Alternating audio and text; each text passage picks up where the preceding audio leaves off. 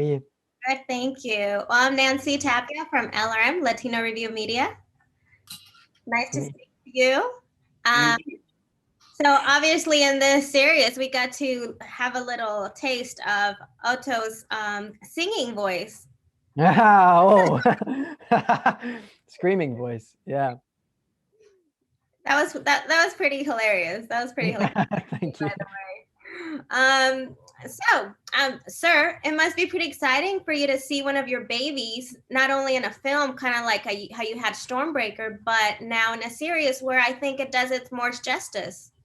Well, I always liked the film of Stormbreaker. For the time it was made, it was sort of did the job. But I have to be honest and say to you that this, to me, is the books as they were meant to be filmed. And Otto is really the Alex Rider I was looking for. A little bit older, not quite so 14 years old, 15 years old, but a bit older than that. And the show is, I think, a little more adult, a little edgier, a little darker, a little bit more violent. Not too violent for the little kids who might watch it, but it's definitely a family show. So I'm very happy with what they've done. Yeah. And were you involved in the casting?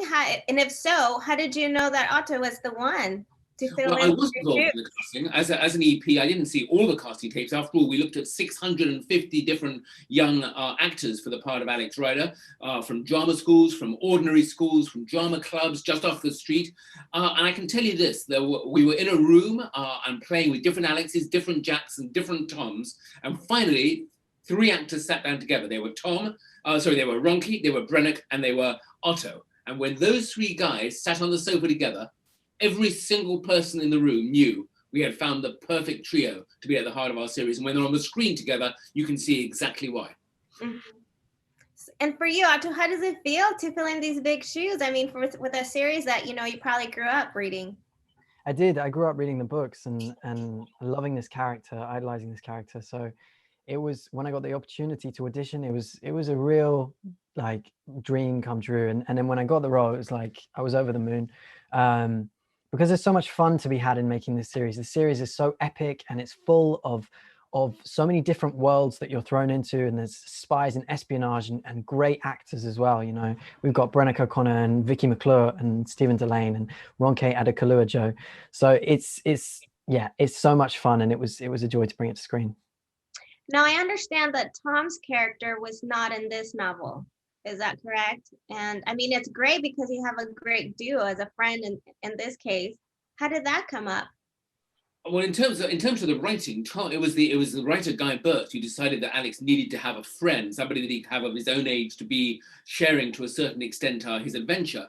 And he picked on Tom Harris, who, you're quite right, he doesn't turn up until I think book 3 is his first mention, and then he only ever has a very small part. But Brennick O'Connor was so great, and he and Otto together on the screen are so enjoyable. That friendship, the warmth between them, that his part just grew and grew. And the funny thing is now, when I'm writing new Alex Rider books, Tom is going to be a bigger character in the new books as well, and that's all down to Brennick. Wow, what an intro for that then. And for you, Otto, what was it like filming like a lot of these more in the action scenes? I mean, were you working with a stunt double? Yeah, so I had a stunt double called Jamie Stanley, who was awesome. And I had a great stunt coordinator called Gary Connery. So they guided me through a lot of the fight sequences and climbing up buildings and some of the snowboard stuff as well. So I had a great team around me that trained me for these stunts to do. And it's something that I found actually that I really enjoyed. I love climbing up buildings. it's great fun. The difficulty is it can get exhausting because we were doing long hours. So you're working till 5 a.m. sometimes, or 7 a.m. because you're doing night shoots. And when they ask you to run up a hill for the 12th time, it's pretty exhausting. I'm not gonna lie. Yeah. Did you have to do any certain training before filming? I did a bit. Yeah, I did. I did some climbing and I did some Krav Maga training, which Alex says that he has in his locker. And your character says, I'm like, me too, Krav Maga. Yeah. There's that line. Yeah, that's a great line actually, where he goes, I know Krav Maga, and he goes, well, I know shooting people in the head. Why don't you sit? I was like, can't beat that one. Yeah, that's a great line. But no, so I did a bit of that and running and swimming and just staying active, to be honest, just being physically fit, being ready and athletic, I think that was a really important part of it, because yeah, I mean, doing a 6-month shoot in itself is grueling. Oh let wow, alone- so long.